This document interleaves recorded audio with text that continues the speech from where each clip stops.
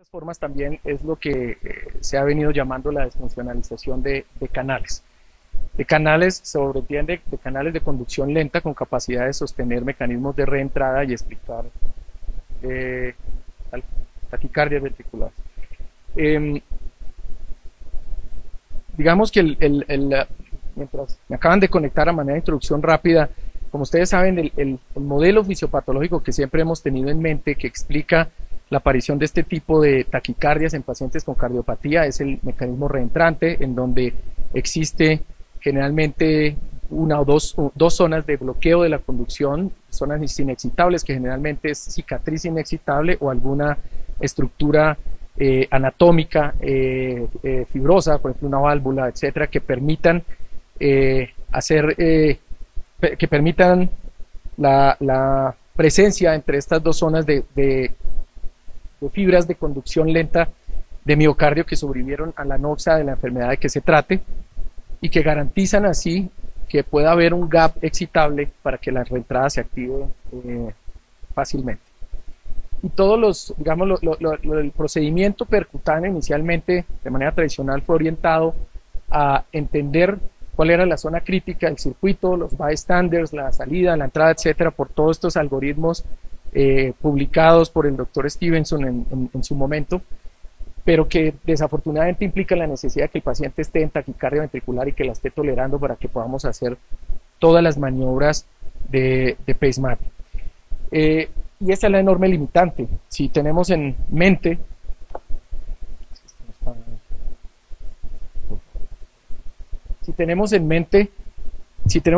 que básicamente más de las 2/3 partes de las taquicardias que manejamos en los laboratorios son o inestables hemodinámicamente o no inducibles o pleomórficas. En esa medida, pues, eso explica el advenimiento de todas las técnicas que existen hoy en día para hacer ablación o lo que llamamos modulación del sustrato arrítmico en ritmo sinusal.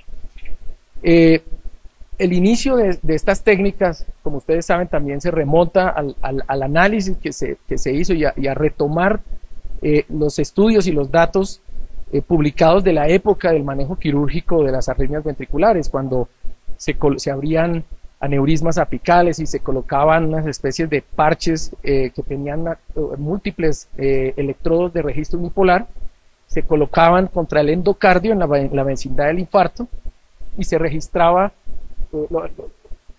una cantidad de electrogramas potenciales tardíos, etcétera, que generalmente se podían correlacionar con inducibilidad de taquicardia. Y de hecho, cuando el cirujano resecaba,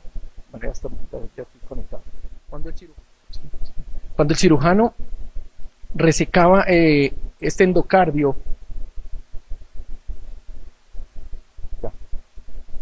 bueno, esto es lo que se estaba comentando ahora, y esto es la experiencia quirúrgica de la cual les hablaba y donde empieza todo este tema de la modulación.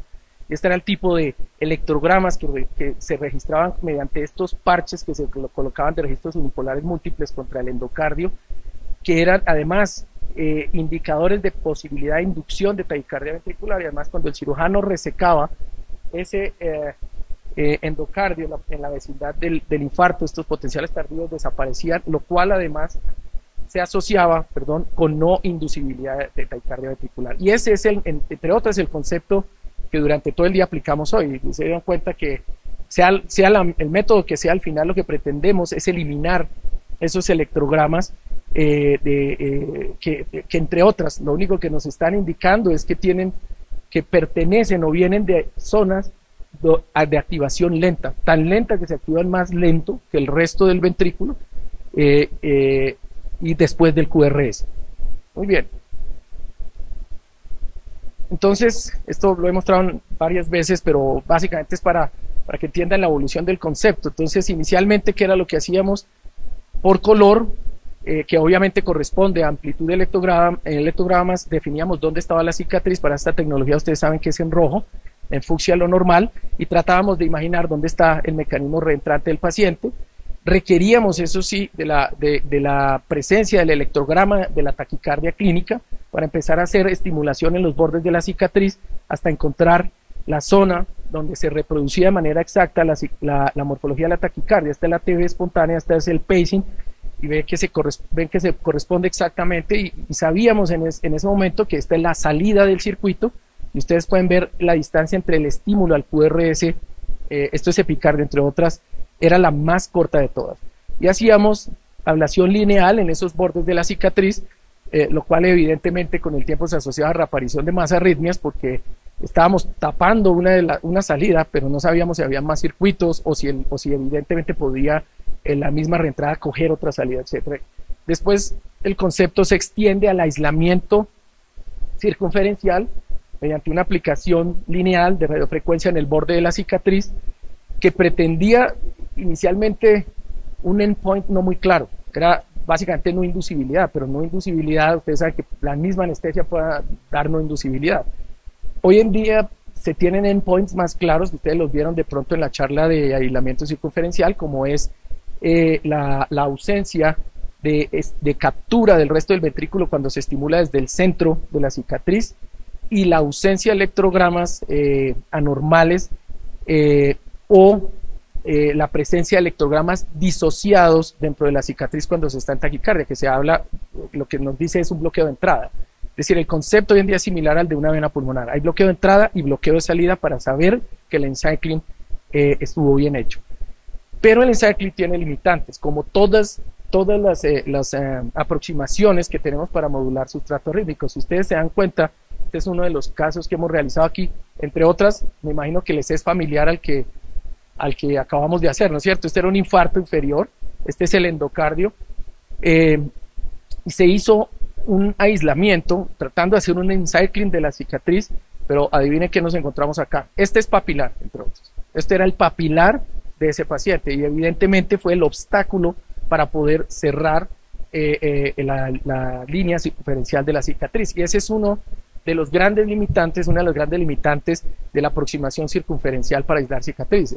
Hoy el doctor Natale lo comentó, es decir, depende de donde estés. En el endocardio, lo entendí, él no lo ensaya, y me imagino que será por esto, porque es realmente difícil lograr encerramiento de la cicatriz completo con bloqueo de entrada y de salida. En el epicardio, si estamos de buenas, como estuvimos hoy, que no hay frénico, no hay coronarias, se puede hacer, evidentemente, pero teniendo mucho cuidado de hacer las lesiones contra la pared y no contra la pleura, excepto que te encuentres frénico o coronarios.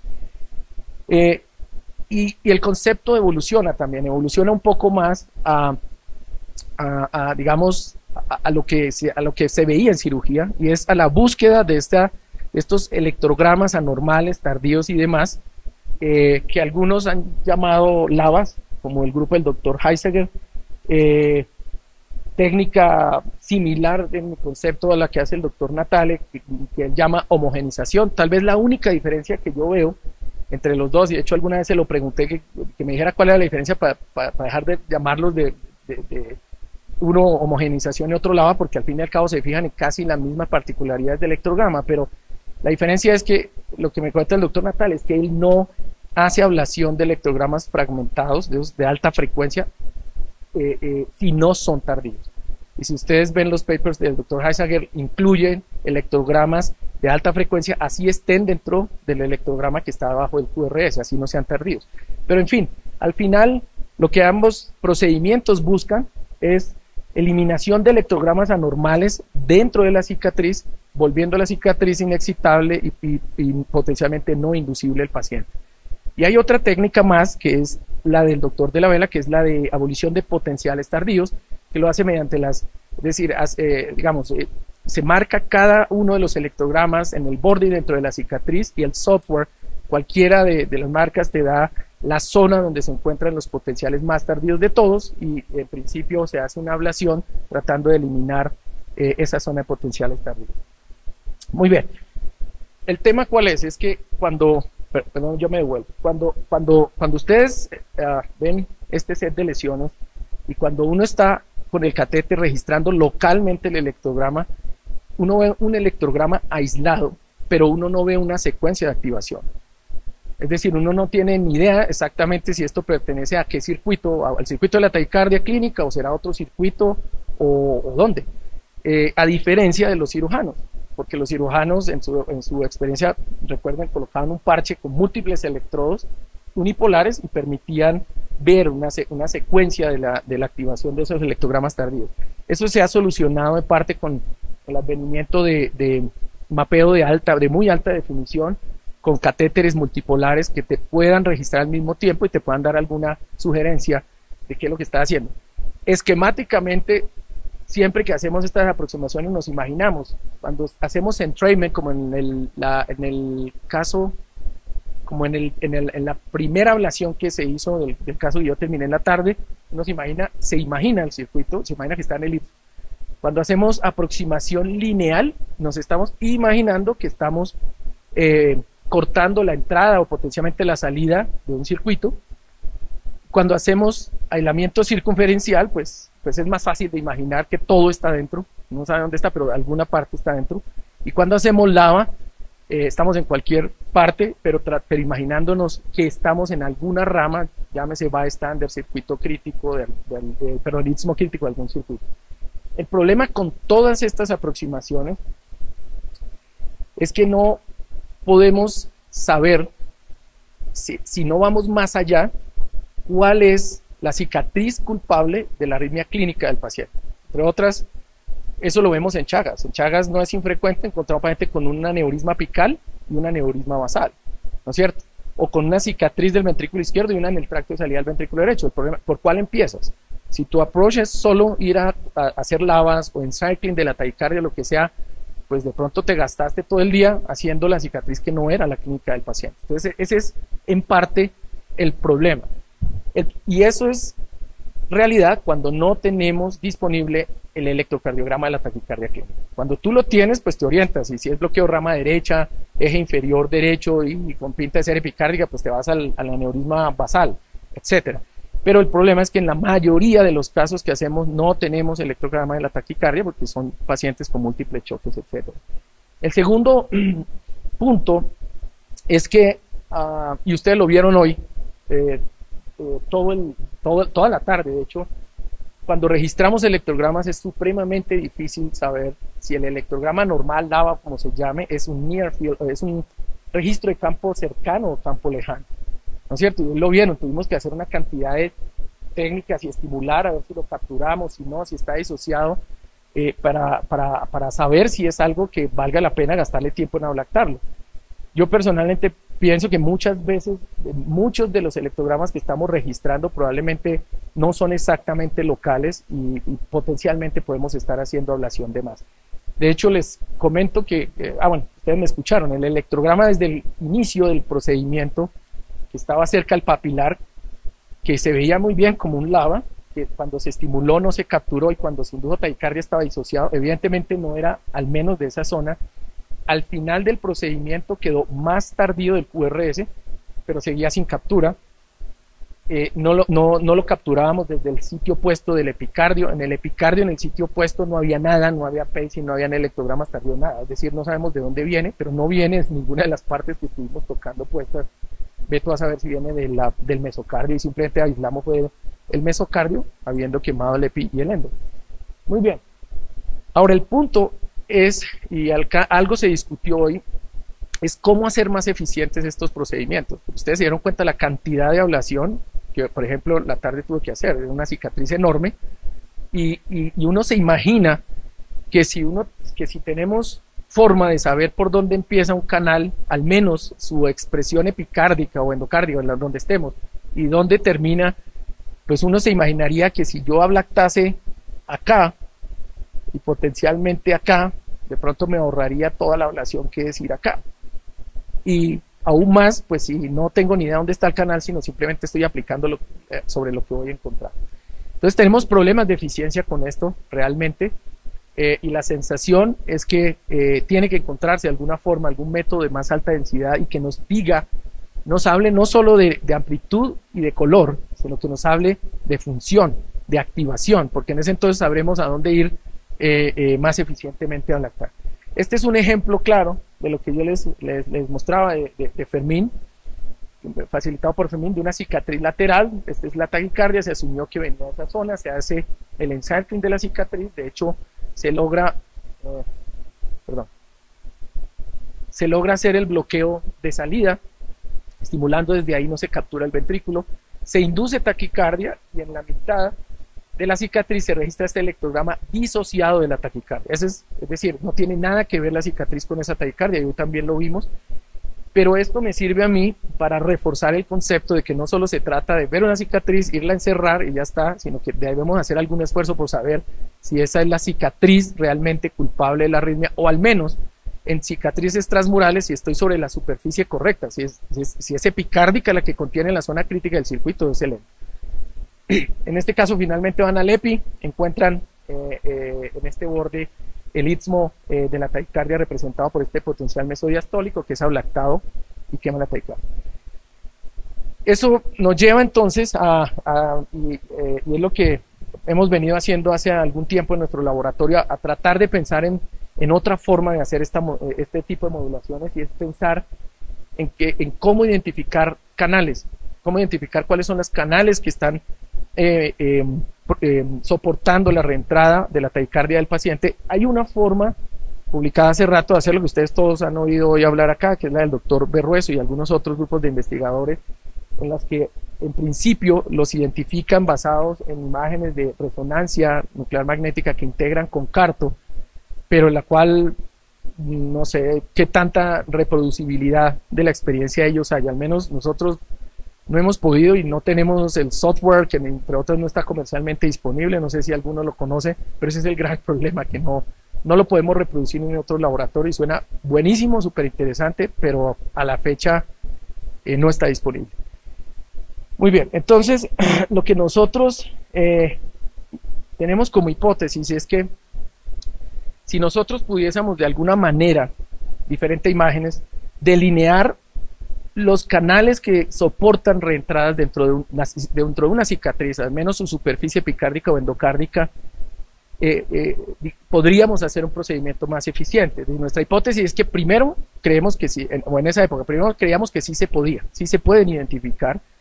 Lo segundo es que la hipótesis era que si yo estimulase a lo largo de un canal y mi electrograma intracavitario del cardiofibrilador es idéntico al de la taquicardia clínica, yo puedo identificar la morfología electrocardiográfica de la taquicardia culpable, de la taquicardia espontánea del paciente, y poder enfocar mi procedimiento mucho más en el endo, en el epi, en la cicatriz apical versus la lateral, etc.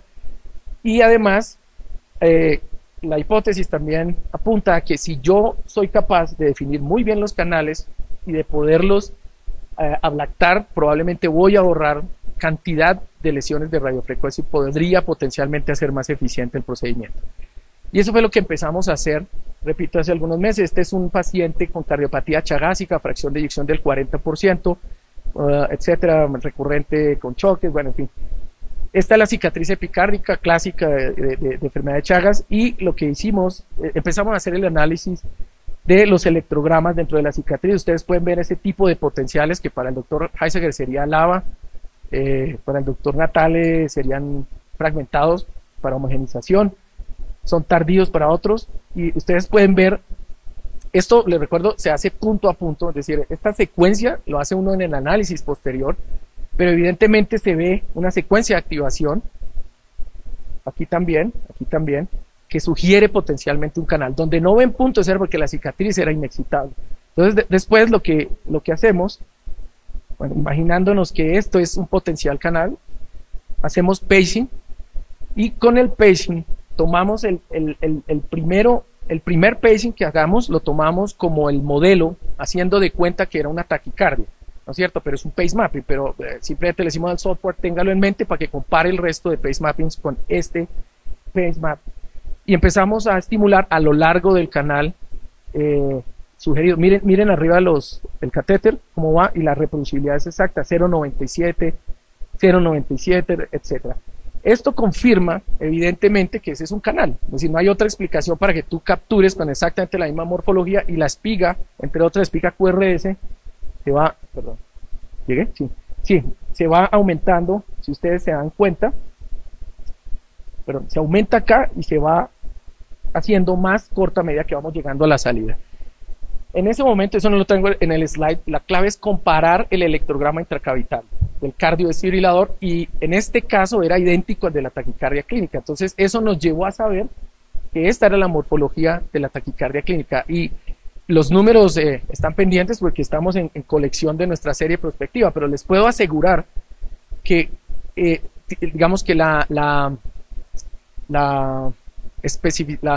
resolución de esta técnica es relativamente buena, porque a milímetros que uno mueve el catéter puede estar capturando otro canal. Es decir que en principio lo que sentimos por ahora es que sí es posible identificar y diferenciar incluso canales dentro de la cicatriz mediante esta técnica.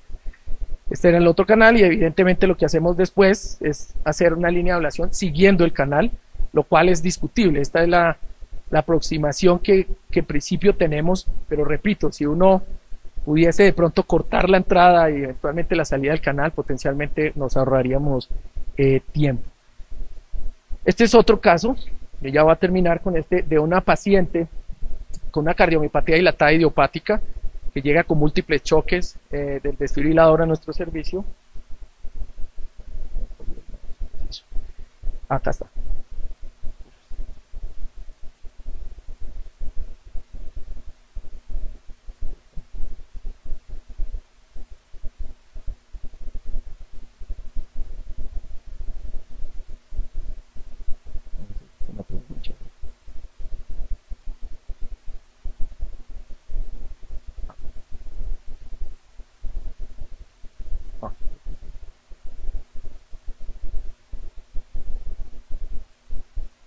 Bueno, en este caso, si ustedes vieron, el adelgazamiento del septum es bastante importante. El septum en la ecografía era absolutamente anormal, y no teníamos electrocardiograma de la taquicardia clínica, y lo que empezamos a hacer fue lo mismo que mostré, es decir, hacer mapa de activación en ritmo sinusal desde el ventrículo izquierdo.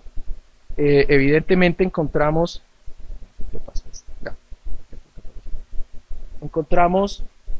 los electrogramas y la cicatriz del paciente, de la paciente, obviamente en el aspecto, perdón,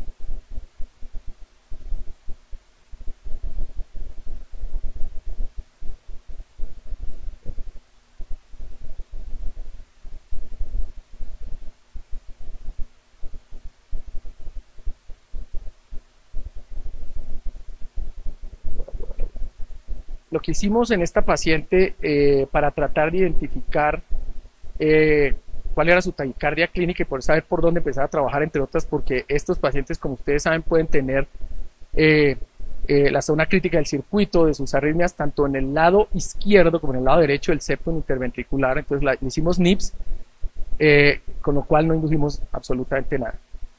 Ahí pueden ver el septum absolutamente anormal de esta paciente. Y este era el electrograma intracavitario de su episodio espontáneo. NIPS. Perdón, en el NIPS indujimos una taquicardia, pero con un electrograma diferente al clínico de la paciente, y continuamos en el protocolo, indujimos por segunda vez la misma taquicardia, decidimos pues simplemente pasarla y ya está. Esta es la cicatriz desde el ventrículo izquierdo. Aquí pueden ver la aorta, y es una cicatriz que ocupa parte del septum y hacia el elvisome también del ventrículo izquierdo. Muy bien.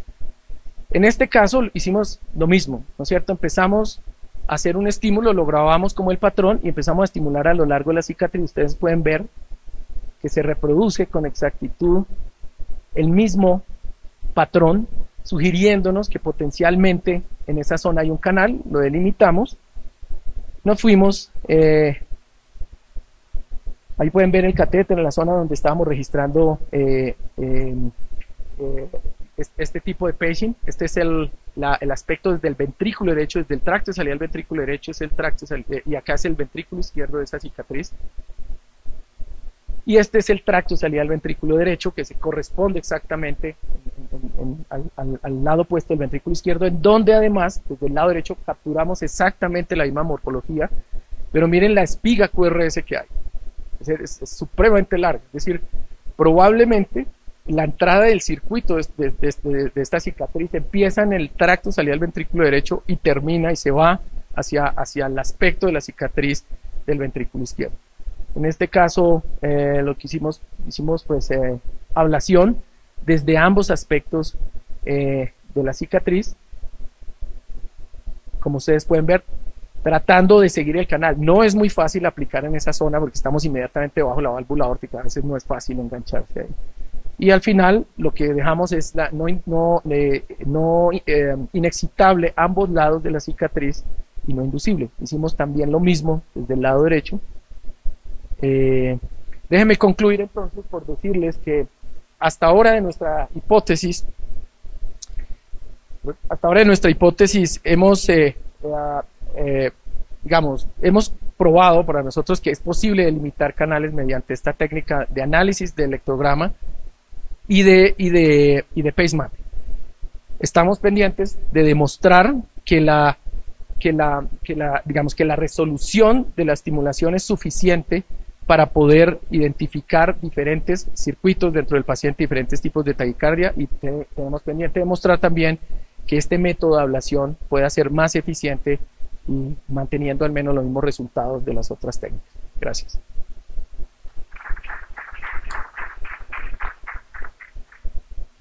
La pregunta, Alejo, gracias por hacerla, porque evidentemente sí tiene sus trucos.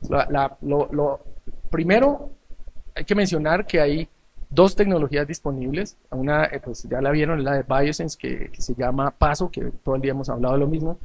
Y la otra es la que trae St. Jude, pero la va a traer incorporada en su polígrafo nuevo, con capacidad de darte coeficientes de correlación.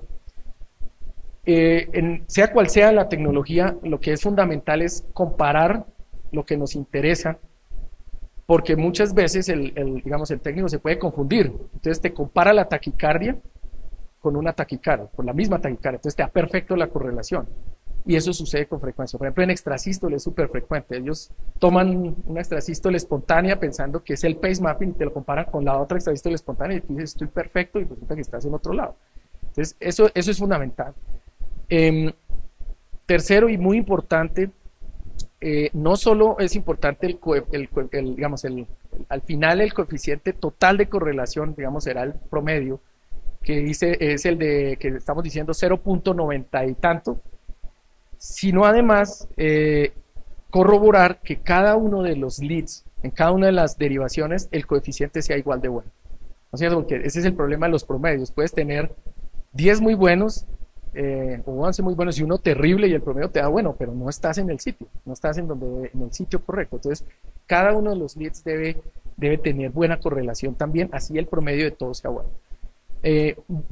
Yo personalmente, la casa comercial te dice que con un coeficiente de correlación de 0.8 es suficiente, pero personalmente creo que se queda un poco y nosotros tomamos 0.9, ojalá para arriba. Y digamos que la clave es poder bautizar, como decimos nosotros, cada una de las arritmias de manera correcta, porque tú sabes que pues, uno puede inducir 5 taquicardias, ¿no es cierto? Entonces, al final el técnico tiene que tener muy claro cuál fue la TB1, la TB2, la TB3, y tú, de hecho, tú puedes hacer una cantidad de pace mapping muy rápidamente, que es otra forma práctica de hacerlo, no ponerse a pensar en el canal, sino estimule, y recoja todo, y después empiece a compararlo con la taquicardia clínica. Entonces el software automáticamente te compara todo el EPI, todos los pace mappings, y te da en color naranja los sitios donde tu pace mapping es lo más parecido. Y de hecho te lo puede comparar con el endo también. Es la forma de saber en el endo si hay alguna entrada o salida del circuito, y en el EPI. Lo mismo que hice yo en el tracto derecho con el tracto izquierdo, ¿no es cierto? Digamos que creo que esos son como los trucos. Bueno, y el resto pues es todo de cómo hacer un buen pace mapping, ¿no es cierto? En lo cual el doctor Callans es experto. Para hacer un buen pace mapping, evidentemente no tienes que estimular a la mayor salida porque vas a capturar de todo. Tienes que ojalá ver cuál es el umbral, asegurar buen contacto, etc. ¿Alguien más tiene alguna pregunta para Luis Carlos?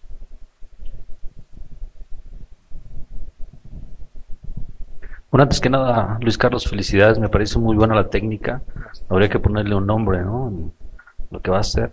Me queda la impresión de que una vez que identificas todo el canal, es difícil saber exactamente dónde se origina. Por eso es que tienes que hacer la línea de evaluación en todo ese sitio. Y creo que estamos todavía un poco distantes de saber dónde se origina. A mí se me ocurre que obviamente también podríamos hacer segmentos transversales, quizás 1, 2, 3 segmentos en esa línea, porque al final de cuentas tú llevas una línea en todo el canal, pero creo que no estaría de más quizás hacer proximal, distal, y quizás unas 2, 3 líneas y poco, como tú dices, optimizar el número realmente de puntos de ablación. Pues mira, lo que te puedo decir al respecto es que, digamos, la probabilidad que uno identifique absolutamente todo un circuito, digámoslo así, pues yo creo que sobre todo en lesiones transmurales, pues ya es imposible porque tienes una parte en el mesocardio que no por estas técnicas no vas a poder estimular. Lo que aceptamos es que estamos identificando el trayecto, sea epicárdico o endocárdico, de un potencial circuito que lo vemos como un canal de conducción lente que se deja estimular a lo largo del canal con el mismo morfología del pace mapping, y eso es lo que estamos viendo, fragmentos de potenciales circuitos, pero es lo que tenemos. Digamos que poder saber potencialmente de lo que estamos viendo, que es la entrada y la salida, pues eso sí lo hacemos por la distancia del estímulo al inicio del QRS, ¿no es cierto? Entre más largo, si es el más largo de todos, pues será la entrada, si es el más corto, será la salida. Es más o menos con lo único que podemos jugar. Digamos que el hecho de poner esa línea azul que tú viste tiene que ver con una limitante de la tecnología PASO. Y es que, digamos, cuando tú grabas en PASO, imagínate 3 taquicardias, ¿no es cierto? Entonces tú llamas a la primera que guardaste y le dices al PASO, compáramela con todos los pace mapping que he hecho, y te muestra en color naranja lo más parecido a ese primer ATV, ¿no es cierto? Pero si tú llamas al software y le dices, ahora hágamelo para la segunda taquicardia, que puede estar en otro lado, vuelve y te hace la misma comparación y te vuelve a poner en punto naranja los mejores pace mapping.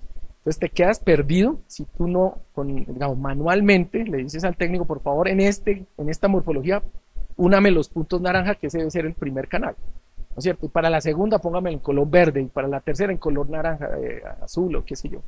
Es una limitante de la tecnología, porque debería uno poder escoger el color, ¿no es cierto?, de las zonas de los mejores pace mapping por cada taquicardia que uno está analizando, pero por ahora se ha sugerido, pero no está disponible. Bueno, muchas gracias.